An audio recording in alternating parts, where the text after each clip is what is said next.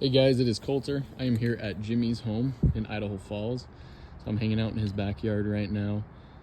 Kind of a unique scenario. So the backyard is where the sewer comes out of, kind of right there by our AC unit. And then it comes back here next to the tree. And there's actually a city sewer connection right here in the area of the fence. So right on the other side is just another property, someone's backyard. There is no defined alleyway in this neighborhood anymore. So what we have going on is, you can see my markings right here. I kind of put a little bit of a box for setting up a pipe burst we're gonna be doing for them. And come to find out, right here next to the tree, we actually got to the point where I couldn't get my camera through the pipe anymore. So we got stuck on it at about 25 feet coming out of the home, and located it right next to the tree here. So what I did is I pulled it back and I got a location here just on the front side of the AC unit at 7 feet deep. And when I was right there next to the tree right here, it actually came to about 7.5 feet. So it was going downhill. It looks like we just have a collapse pipe from the tree here. So the best case scenario is we'll be able to dig right here and then dig on the edge of the fence and do a burst through it. If there's any way we're not capable of getting the chain system through that collapsed portion, we'll also have to extend our digging a couple feet over to get to there, and then just do a burst from the rest of the distance from the tree here to there. So what I'm gonna do is I'm gonna be here on the day of installation, so that when we get that pipe cut open, that water will drain and we can get a better visual to see if there's anything that's going to hold us back from doing the pipe burst.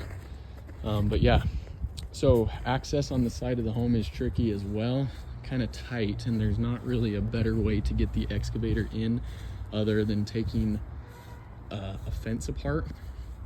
So what we talked about is we may have to take this corner piece of fence out and the gate here to get the excavator in, or a little bit of overhang there, or just this whole portion if we can work with the overhang to get it in too.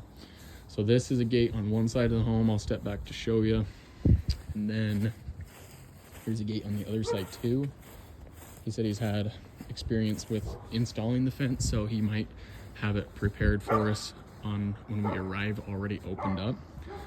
So this gate's a little bit thinner, so this one's probably not going to be the side we're going to utilize, and the overhang makes it even smaller too. But we're just going to show you that on both ends. So right through this gate here is a pad where he has a camper parked. This is probably going to be the closest area we can get our thaw trailer to.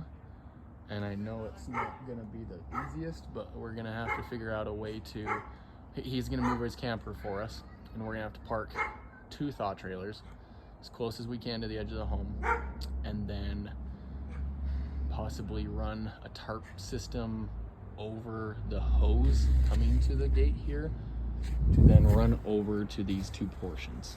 He does have dogs, and you can see a lot of prints and everything happening here, so our frost line is definitely settled into the ground, and we are going to need to cover this portion. And then the portion up by the fence, I kind of created guidelines to show where we need to, and to go from there.